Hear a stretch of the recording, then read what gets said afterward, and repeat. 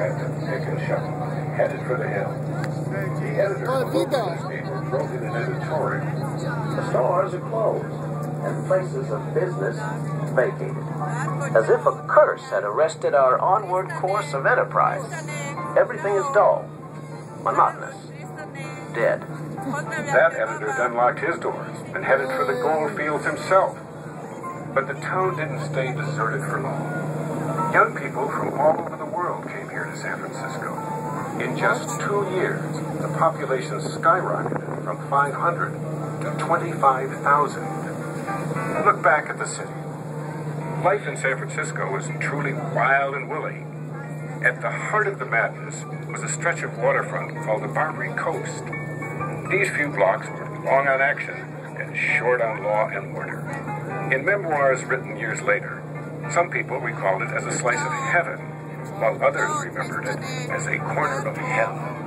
I have seen purer liquors, better cigars, finer tobacco, truer guns and pistols, larger dirks and bowie knives, and courtesans here in San Francisco than in any place I have ever visited. The village of every nationality held high carnival there. It was a grand theater of crime, licentiousness, debauchery, insanity, misery, poverty, wealth, profanity, blasphemy, and death.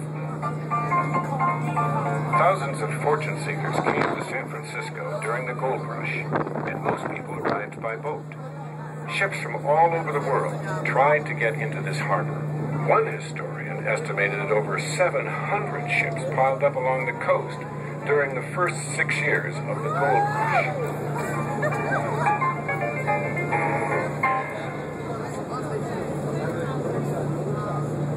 Now look ahead at the south or left end of the Golden Gate Bridge.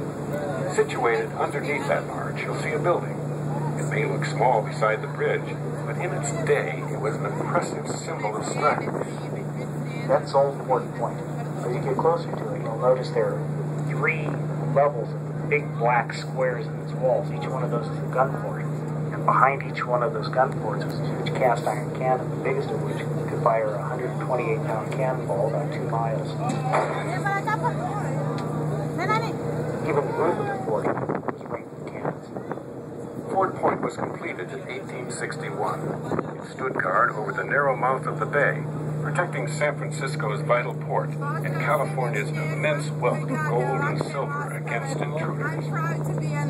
However, no intruders ever came, and like every other fort around the bay, Fort Point has never fired a shot in anger.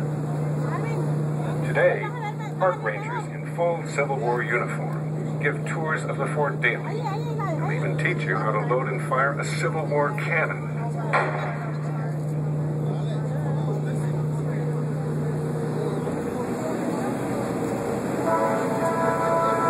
We are approaching the Golden Gate Bridge. Look ahead on the front of the boat. Today, the Golden Gate Bridge is perfectly suited to its surroundings, exactly as it stands.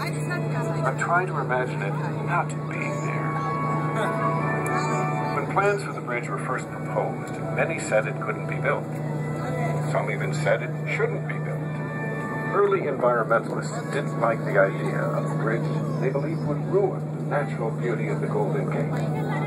American author Pastor Pierce, one of many who expressed opposition at the time.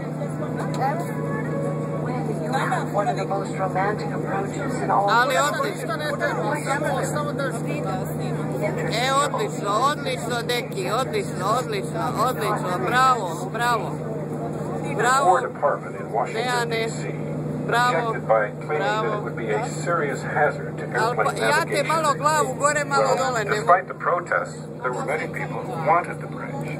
First among the supporters was the engineer Joseph Behrman Strauss.